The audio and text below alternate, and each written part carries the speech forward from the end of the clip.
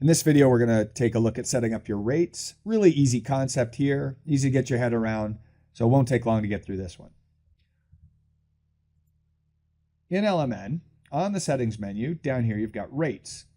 And what rates are is if you choose to do work that's billable by the hour, which is an option on jobs. So there's a flag on tasks to say, charge work on this task at hourly rates.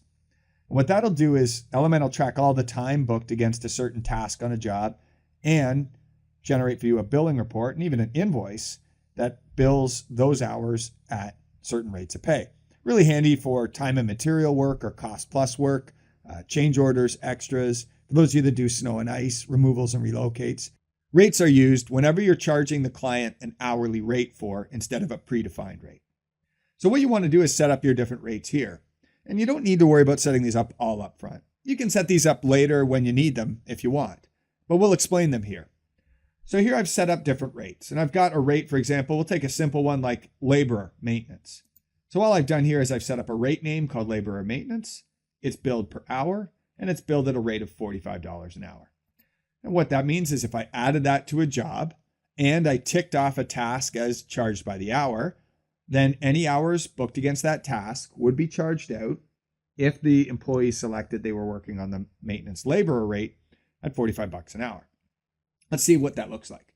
So if I go to jobs and we'll pull up a snow job. I go here to rates and you can see here I've got rates for loader, skid steer, and trucking. They're all booked per hour and they'll have a different rate per hour. To add a rate to a job, all I would do is go down here and hit add rates. And there's our list of rates that we were just looking at. This comes from the settings table. This is why you want this set up.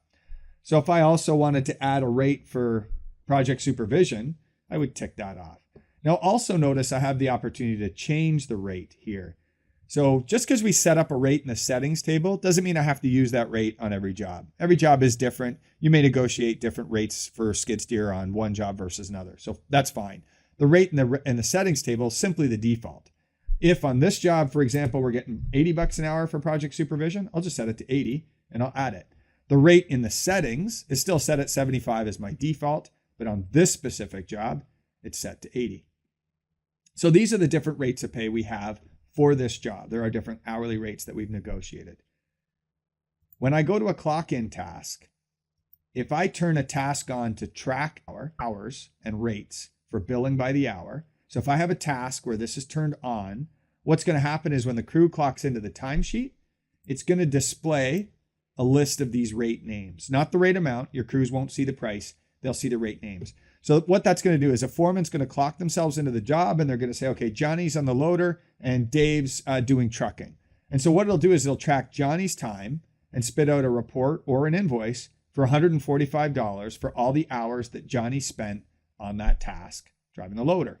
And if Dave's doing the trucking, it'll do the same thing for Dave, but Dave's time will be booked at $95 an hour. And we'll see that come out on a report, or if you're taking invoices through LMN, it'll generate an invoice for you. So that's all rates are set up for. They're designed to do time and material work. Once again, these are your standard list of rates. You can add to these later if you need one on a job that you never set up.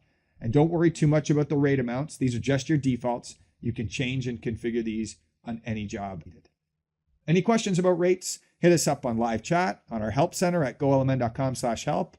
Or if we're off hours, email us at advice@golmn.com and we'll get back to you as soon as we can.